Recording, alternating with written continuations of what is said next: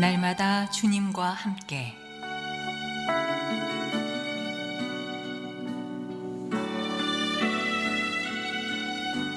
오늘 말씀에 강북-제1교회 황형택 목사입니다.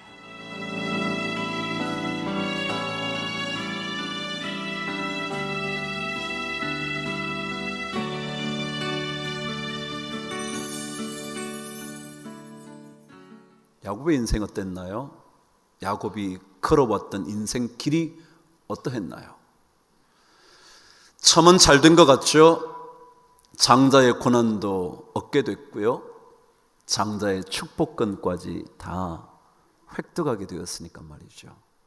그러나 그때 이후로 그의 인생길은 참으로 험악한 인생길 아니었습니까? 아버지 어머니의 품을 떠나 거의 1000km 가까운 외삼촌의 집까지 홀로 가야만 했던, 그것도 형의 살인의 의도를 피하기 위하여 도망가게 된 인생길, 그 길 아니었나요? 그것으로 끝난 인생의 길이 아니라 외삼촌 집에 다다랐지만 그는 그때부터 긴 고통의 시간을 지납니다. 아시지 않습니까? 사랑하는 한 여자를 얻기 위하여 품삯 한 번 받지 않은 채 7년의 노동력을 제공하지 않았습니까? 그것만이었으면 참 좋았을 텐데, 사랑하는 여인을 위해서 7년을 수고한다는 것, 성경의 표현대로 7년을 며칠처럼 여길 수 있었던 기쁨이 있었겠지만 그것만은 아니지 않았습니까? 원하지 않았던 또 다른 여인을 얻게 되어서 그녀를 위하여서도 또 다른 7년의 노동력을 제공합니다. 어느새 14년의 세월이 지났죠. 그리고는 그때부터 품삯을 받기 시작하는 품꾼으로 6년의 세월을 보냅니다. 어느새 하란에서의 삶의 시간이 20년이라는 세월이 지났죠. 근데 가면 갈수록 외삼촌의 속임의 사건들이 많아지면서 그는 드디어 그곳을 떠나기로 결정을 합니다. 첫날 밤 사랑하는 아내를 맞이할 줄 알았는데 원치 않았던 여인을 보게 된 그때부터 외삼촌의 또 다른 면모를 발견한 그는 드디어 결정을 했죠. 처자들을 데리고, 그리고 그동안 잘 이끌어왔던 수많은 양떼, 소떼를 이끌고, 그리고 종들을 이끌고 떠나갑니다. 환영받을 만한 길이 아니었어요. 외삼촌 라반의 눈을 피해서 도망치듯 떠난 길이었으니까요. 외삼촌 라반이 양털을 깎기 위하여 3일 동안의 길을 간 이후에 그가 도망치게 된 거니까요. 그러니까 그의 인생이 고향집으로 향하기는 했지만 결코 푸른 초장의 길만은 아니었을 게 분명했다는 거죠. 더군다나 아버지의 집으로 가는 기쁨만은 아니고 혹시라도 아직까지 남아 있을지 모르는 형 에서의 살인의 분노의 감정을 알아차리지 못하고 있었으니 그 가는 길이 어찌 편하기만 했겠습니까? 두려운 마음과 염려의 마음 가득 담고 떠나온 그 길, 그것이 야곱의 길이었죠. 그런데 오늘 성경은 그런 길에서 하나님께서 그를 만나 주셨다, 그런 겁니다. 만일 야곱을 만나 주셨다면 우리의 고통스러운 두려움의 길에서도 하나님은 만나 주시는 분 아니겠습니까? 그것 때문에 우리가 이 말씀 속에 자꾸만 들어가게 되는 것 아니겠습니까? 야곱을 만나 주셨다면 저 또한 만나 주실 하나님이시니까 말이죠. 그렇다면 중요한 것은 그 하나님을 만나게 되었을 때 우리의 인생길 가운데 우리를 위하여 만나 주시는 하나님을 만나게 되었을 때 우리에게 필요한 것은 뭘까? 성경은 우리에게 알려줍니다. 저와 함께 다시 한번 1절과 2절을 읽겠습니다. 시작. 야곱이 길을 가는데 하나님의 사자들이 그를 만난지라. 야곱이 그들을 볼 때에 이르기를 이는 하나님의 군대라 하고 그 땅 이름을 마하나임이라 하였더라 그랬습니다. 무슨 말이냐 하면 우리의 인생길에 우리를 만나주시는 하나님을 만나게 되었을 때 중요한 게 뭐냐면 우리의 고백이라는 겁니다. 제가 누차 강조하죠. 믿음은 고백 위에 세워지는 겁니다. 내가 어떻게 고백하느냐, 그것이 정말 중요합니다. 야곱은 하나님의 사자들을 보자마자 하나님의 군대라고 고백을 합니다. 다시 말하면 나를 위하여 대신 싸워줄 수 있는 군대라고 고백을 한 겁니다. 신앙은요, 여러 사건들을 보면서 하나님께서 그곳에 나타나셔서 나를 위하여 싸워주실 수 있다라는 고백을 하는 겁니다. 하나님의 군대라고 선포할 수 있는 그것이 믿음이라는 거죠. 가나안 수로 보니게 여인의 이야기를 기억하실 텐데요. 귀신 들린 자신의 딸을 고치기 위해 주님을 찾아옵니다. 고쳐달라고 주님 앞에 간청을 하자 주님이 냉담한 반응을 보이죠. 주인의 빵을 개들에게 던지는 법이 없다고. 그 말을 들었던 그 여인이 이렇게 말합니다. 옳지만은 개들도 주인의 상에서 떨어지는 부스러기를 먹습니다. 다시 말하면 하나님의 부스러기만 저에게 주어져도, 주님의 부스러기만 내가 먹을 수 있어도 나는 충분합니다 라는 믿음의 고백, 그 고백을 보시고 주님이 당신의 믿음이 참 크네, 딸이 고침을 받게 되는 겁니다. 신앙은요, 자신의 고백이 중요합니다. 나는 하나님의 부스러기만 있으면 된다, 그것만 있어도 내 삶은 충분하다고 말할 수 있는 믿음의 고백, 그것만이 아니라 길에서 만난 하나님의 사자들을 보면서 나를 위하여 싸워주실 수 있는 하나님의 군대라고 고백할 수 있다면 우리는 하나님의 군대의 도움을 반드시 받게 될 겁니다. 그런데 여기에 마하나임이라고 고백한 것에는 중요한 의미가 담겨져 있습니다. 마하나임이라는 뜻은 원래 두 군대 혹은 두 진영은 뭐냐면 진을 친 자리라는 뜻입니다. 오늘 성경은 물론 그것을 하나님의 군대라고 번역을 하고 있지만 사실은 두 진영이 있다라는 뜻이 뭐냐면 마하나임입니다. 더 정확하게 설명을 하면 요셉이 지금 처자들을 데리고 모든 식솔들을 데리고 그리고 그가 길러온 가축들을 데리고 온 그 한 진영과 그리고 또 다른 하나님의 군대라는 진영이 함께 있는 것을 뭐라 그러냐면 마하나임이라 그런 거예요. 그럼 이 말이 무슨 말이냐 하면 신앙은요, 우리 인생 가운데 내 삶의 영역이 있음과 동시에 그곳에 하나님의 영역도 있다는 것을 인정하는 것이 신앙입니다. 내가 가정을 꾸려가는데 아버지 혹은 가장으로 있지만 내 이 가장의 영역이 있지만 그곳에 동시에 하나님의 영역도 있다고 고백하는 게 신앙이란 말이죠. 이런 베델이라는 단어가 뜻이 뭐였죠? 하나님의 집이라는 것입니다.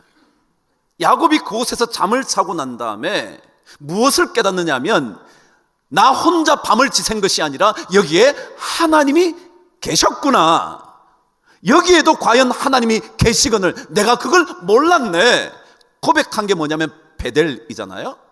마하나임도 뭐냐 하면 내 인생길에 고통받는 이 길에 나 혼자만 있는 것이 아니라 하나님의 군대가 진을 치고 있었네, 그걸 알게 되는 겁니다. 그것이 바로 신앙의 고백이죠. 여러분 사업 여러분이 하시잖아요. 아침에 출근하면 하나님의 손이 나타나서 여러분의 사업을 해줍니까? 하나님의 손이 나타나서 갑자기 여러분이 하는 모든 제품을 만들어 줍니까? 서류를 그분이 작성합니까? 여러분의 영역이 있죠. 그러나 여러분 꼭 기억하셔야 되는 게 있어요. 동시에 내가 하는 그 영역에 누가 계시느냐 하면 하나님의 영역, 하나님의 군대가 진을 치고 있다고 고백하는 것, 그게 신앙이라는 것입니다. 믿음의 사람들은 꼭 깨달아야 하죠. 내 삶의 영역에 나의 진영만 있는 것이 아니라 하나님의 진영이 있다고, 마하나임이라고 고백하는 그것이 믿음의 사람이라는 거죠. 나 혼자 눈물 지으며 살아가는 인생길 같지만 아니요, 그 자리에 하나님의 군대가 진을 치고 나를 위하여 싸워주실 준비를 하고 계신다는 것. 나 혼자 두려운 마음으로 걸어가는 인생길인 줄 알지만 그곳에 하나님께서 함께 가고 계신다는 것, 그것을 깨닫는 거죠. 그러니 우리는 결코 혼자 살아가는 인생 아니고요, 결코 외로운 인생길 아니고요, 하나님이 바로 우리의 삶의 진영에 또 다른 진을 치고 계신다는 것, 꼭 깨달아야 하는 거죠. 그러니까 너무 두려워할 것 없어요. 너무 답답하다고 생각하실 필요 없어요. 왜냐하면 하나님께서 진치고 계시거든요. 하나님께서 우리와 함께 동행하시는 분이시거든요. 우리가 왜 두려운가요? 무엇 때문에 두렵죠? 두려운 이유는요, 제대로 몰라서 두려워요. 알면 하나도 안 두려워요. 옛날 사람들도 자기도 알고 적도 알면 백전백성이래잖아요. 근데 우리는 그걸 몰라요. 나도 나를 잘 모르고요, 그리고 적은 더더욱이 모르고요, 친구인지 적인지 간파를 못하고요, 모르는 게 너무 많아서 두려운 겁니다. 아는 것 같지만 모르는 게 많아요. 다 내 경험으로 알고 있는 듯 하지만 그 경험이 전부가 아니거든요. 그래서 이를 만날 때마다 두려운 거죠. 오늘 성경에도요, 똑같은 얘기를 해요. 오늘 성경 6절과 7절은 이런 이야기를 들려줍니다. 한번 읽어보실래요? 시작. 사자들이 야곱에게 돌아와 이르되 우리가 주인의 형 에서에게 이른즉 그가 400명을 거느리고 주인을 만나려고 오더이다. 야곱이 심히 두렵고 답답하여 자기와 함께한 동행자와 양과 소와 낙타를 두 떼로 나누었다. 자, 여러분 보세요. 야곱이 점점 더 이제 고향 집으로 가까워 오고 있습니다. 어느 정도 야곱이 머물렀던 자리 아시죠? 야복강 정도요. 거기까지 왔을 때 사자들을 보냅니다. 종들을 보내는 거죠. 근데 그 거리가 어느 정도냐 하면 한 3일 정도 걸어가야 하는 100km 정도의 거리입니다. 에서 형이 있던 곳까지 야복강 근처에서 가는 길이 3일 정도 거리란 말이죠. 그 사자들을 먼저 보냈습니다. 동향을 살피려는 의도였겠죠. 아직까지 형의 마음이 어떤지 모르고 두려웠던 그가 보낸 겁니다. 그곳에 갔다 온 종들이 야곱에게 보고를 하는데 뭐라 보고를 하느냐면, 우리가 형에게 갔더니 형이 당신을 만나려고 400명을 거느리고 오고 있습니다. 그 얘기를 듣자 야곱이 어떻대요? 가슴이 답답하고 두려워졌대요. 왜요? 아직까지 형이 그 상처, 분노를 해결하지 못했구나. 그래서 나를 공격하기 위하여 400명을 데리고 오는구나 생각한 거예요. 그렇죠? 근데 여러분, 결론 나중 얘기를 한번 보시죠. 야곱의 얘기를 알고 계신다면 이 에서가 동생을 치러 왔나요? 아니면 너무 반가워서 그와 함께 기쁨의 만남을 가졌나요? 어느 쪽이었죠? 후자였습니다. 400명이 야곱을 공격하기 위함이 아니라 자신이 수십 년 동안, 아니 20년 동안 떨어졌던 동생을 보는 기쁨 때문에 환영의 인파를 데리고 온 겁니다. 그것을 야곱은 몰랐거든요. 알았다면 너무너무 기쁘게 달려갔겠는데 그게 아니라 몰랐기 때문에 그 다가오는 400명의 형의 식솔들이 자기를 공격할 줄 잘못 알고 있었기 때문에 소떼와 양떼와 모든 것들을 두 떼로 나누어서 한쪽이 공격받고 사라지면 나머지는 살려야지 라고 생각한 생각하고 있었던 거죠. 그런 거죠. 그래요. 우리는요, 잘 몰라요. 아는 것 같지만 몰라요. 우리가 알고 있는 지식과 경험은 전부 다 불완전해요. 그래서 늘 불안한 거죠. 늘 두려운 거죠. 그러나 모든 것을 알고 계시는 분은 누군데요? 하나님이에요. 그래서 우리가 하나님을 신뢰할 필요가 있는 이유는 모르기 때문에 두렵거든요. 그런데 모든 것을 알고 계시는 하나님이 계시기 때문에 우리는 그 두려움에서 벗어날 수가 있어요. 그럼 부유하면 두려움이 없나요? 지식이 많으면 두려움이 없나요? 오늘 성경은요, 야곱이 얼마나 엄청난 부를 이루었는가를 13절 이후부터 설명을 해요. 어떻게 설명을 하냐면, 형에게 줄 예물을 준비했는데 그 예물에 동물들의 숫자가요 수백 마리인 거예요.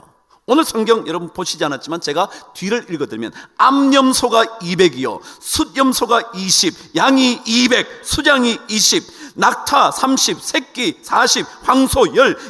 어휴, 너무 많네요. 여러분, 선물 준비한 게요 그만큼이었으니까 그 데리고 왔던 부유함이라는 건 말할 것도 없어요. 그렇다고 안 두려운가요? 아니요. 우리 인생은요, 아무리 많은 것을 소유하고 있어도, 아무리 많은 것을 누리면서 살아도, 아무리 남들의 부러움의 대상이 되어도 두려움에서 벗어날 수 없어요. 그래서 사탄은요, 우리를 공격하는 무기로 뭘 쓰느냐면 두려움을 줘요. 그래서 자주 그러잖아요. 하등 종교는 매일 두려움을 줘요. 당신 7월에 물 조심해야 돼. 두려움을 줘요. 진짜예요. 왜요? 그 두려움이 사탄의 전략이거든요. 왜냐하면 그 두려움 때문에 하나님을 생각지 못하게 되거든요. 그래서 하나님으로부터 향하는 마음을 빼앗아 오는 게 사탄의 전략이거든요. 그러니까 그게 두려움을 심어주는 거죠. 지금 너무너무 두려운데, 그런데 하나님이 군대의 진을 치면서 내가 너 보호해 줄 거야, 걱정 마라, 그러는 거예요. 우리는 하나님께서 마하나임의 하나님이시기 때문에 두려워할 거 없어요. 너무 답답해하지도 마세요. 왜냐하면 하나님은 그런 하나님이시거든요. 그래서 우리가 이런 두려움에 빠질 때 우리가 꼭 기억해야 되는 게 있어요. 오늘 성경 9절은 이렇게 설명을 해줍니다. 읽어보시죠. 시작. 야곱이 또 이르되, 내 조부 아브라함의 하나님, 내 아버지 이삭의 하나님 여호와여, 주께서 전에 내게 명하시기를 내 고향 내 족속에게로 돌아가라, 내가 내게 은혜를 베풀리라 하셨나이다 그랬어요. 이게 뭐예요? 야곱이요, 그 두려움 속에서 무엇을 발견했느냐 하면 약속의 하나님을 발견해요. 언약의 하나님을 발견했단 말이죠. 다시 말하면 하나님께서 자기에게 약속해 주신 말씀을 떠올린 거예요. 하나님 그때 언제요? 베델에서 돌베개를 베고 자고 난 다음에 하나님의 천사가 오르락내리락 하면서 해줬던 언약의 말이요, 그 말을 기억해내는 겁니다. 여러분 28장 한번 가보실래요? 15절 제가 한번 읽어드릴게요. 14절부터 읽어보겠습니다. 내 자손의 땅이 티끌같이 되어 내가 서쪽과 동쪽과 북쪽과 남쪽으로 퍼져나갈지며 땅의 모든 족속이 너와 내 자손으로 말미암아 복을 받으리라. 내가 너와 함께 있어 내가 어디로 가든지 너를 지키며 너를 이끌어 이 땅으로 돌아오게 할지라. 내가 내게 허락한 것을 다 이루기까지 너를 떠나지 아니하리라 하신지라. 이게 이 약속의 말씀이야. 그 약속의 말씀을 야곱이 떠올린 거죠. 기억했던 거죠. 그럼 신앙은요, 우리의 모든 것을 신뢰하는 게 아니고요, 하나님의 약속을 신뢰하는 거예요. 여러분이 잘 살았기 때문에가 아니고요, 하나님께서 약속하신 언약을 신뢰하는 거예요. 나는 부족하지만, 나는 그렇게 살지 못했지만 하나님께서 나에게 약속해 주신 그 약속이에요. 여러분, 약속이 28장에 하나님의 야곱이 하나님의 약속의 말씀을 받을 때 괜찮은 인생이었나요? 아니요. 형 속이고요, 아버지 속이고요, 축복 장자권 다 받아와서 했지만 도망가던 길이었어요. 뭘 잘했다고요? 그래서 그때 하나님께서 뭐 하신 거예요? 약속하신 거죠. 신앙은요, 약속하신 말씀을 붙잡는 거예요. 그거 외에 다른 길이 없어요. 말씀 위에 서는 거예요. 말씀 위에서요. 다른 길이 없어요. 여러분이 뭐 잘했다고 받을 자격이 있고 뭐 이런 게 아니고요. 하나님의 언약의 말씀, 하나님은 약속하신 것을 절대로 패하지 않으시는, 성경의 표현대로 말을 삼켜버리지 않으시는, 시건치 아니하시는 하나님, 그분을 붙잡고 갈 때 우리는 두려움에서 벗어나는 거예요. 결론이에요. 이런 은혜를 받으려면 우리에게 무엇이 필요할까? 오늘 10절 말씀은 이렇게 가르쳐 줍니다. 읽어보실까요? 시작. 나는 주께서 주의 종에게 베푸신 모든 은총과 모든 진실하심을 조금도 감당할 수 없사오나 내가 내 지팡이만 가지고 이 요단을 건넜더니 지금은 2때나 이루었나이다. 무슨 얘기냐 하면요, 야곱은 드디어 깨달은 거예요. 뭐냐 하면 내가 이 놀라운 하나님의 은혜를 받을 만한 자격이 없는데 주어졌다고 생각한 거예요. 믿음은요, 내가 하나님의 은혜를 받을 만한 자격이 없다고 깨달을 때부터 쏟아지기 시작해요. 믿음으로 말미암은 은혜는요, 내가 자격을 갖추지 못했음에도 불구하고 내게 주시는 하나님의 은혜라고 생각할 때 주어지는 거라고요. 하나님이 가장 싫어하는 게 뭐냐면 교만이라 그러잖아요. 왜냐하면 지가 잘해서 된 것 같은 거예요. 다 내가 잘해서 그런 사람인 줄 아는 거예요. 내가 잘했기 때문에 이런 말을 할 수 있는 권한이 있다고 생각을 하는 거예요. 내가 잘했기 때문에 너보다 더 나은 인생을 살기 때문에 큰 소리 쳐도 괜찮다고 생각하는 거예요. 그걸 제일 싫어하는 거예요. 그런데 오늘 야곱은 드디어 알았던 거죠. 하나님께서 저에게 베풀어 주신 은총과 이 신실하심은 조금도 감당할 수 있는 자격이 내게는 없습니다. 그런데 하나님께서 이렇게 주셨습니다. 여러분, 밤을 새워 고생한 사람이 야곱이었어요. 7년, 6년을 고생한 사람이 야곱이었다고요. 그래서 이만한 때를 이루었다고요. 그런데 그는 그렇게 생각하지 않고 이것이 하나님께서 나에게 주신 은혜였구나, 그걸 알았어요. 여러분, 야곱이라는 뜻이 뭔데요? 발 뒤꿈치를 잡은 자, 그런 뜻이에요. 그래서 둘째 아들, 쌍둥이의 2번째 아들로 태어난 야곱이죠. 근데 또 다른 뜻이 뭐냐면 야곱이 속이는 자, 그런 뜻 들으신 적 있죠? 여러분, 야곱이 무슨 자격이 있다고요? 뭔 자격이 많아서요? 근데 그걸 이름의 의미를 알게, 그래, 나는 정말 속이는 자에 불구하고 제대로 하나님 앞에 하지도 못한 사람인데 하나님께서 내게 은혜를 주셨구나, 그걸 고백한 거예요. 오늘 말씀 그대로 주께서 주의 종에게 베푸신 이 놀라운 은총과 주의 신실하심, 진실하심 조금도 감당할 수 없는데 내가 지팡이 하나만 들고 그 배대를 거쳐 여기까지 왔는데 다시 하나님께서 되돌아올 때 이렇게 주셨네요. 이런 고백이요. 언약의 은혜를 받으려면 자신의 무력함과 무기력을 고백하고 인정해야 합니다. 은혜는 내가 받을 만하다고 생각하는 사람에게 주어지는 법은 절대 없습니다. 오히려 이런 은혜를 받기에 나는 조금의 자격도 없다고 말하는 그런 사람에게 은혜는 폭포수처럼 쏟아지기 시작할 겁니다. 사실 우리 그렇지 않나요?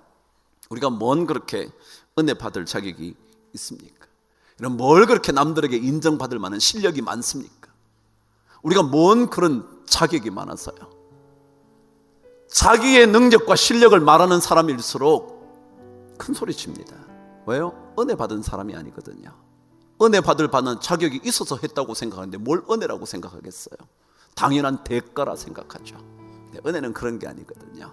나는 조금도 그것을 받을 만한 자격이 없습니다. 그런 사람에게 하나님은 은혜를 베풀어 주시는 겁니다.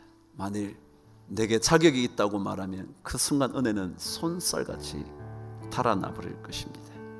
부족함을 알 때, 은혜인 것을 알 때 내게 자격이 없는 것을 고백할 때 하나님은 계속 우리를 만나 주시게 될 겁니다. 아니, 만나 주셔서 우리를 위하여 싸워 주실 군대를 내 곁에 세워 두실 분이십니다. 그 하나님과 함께 은혜의 주인공의 인생을 꼭 살게 되시기를 주의 이름으로 축복합니다.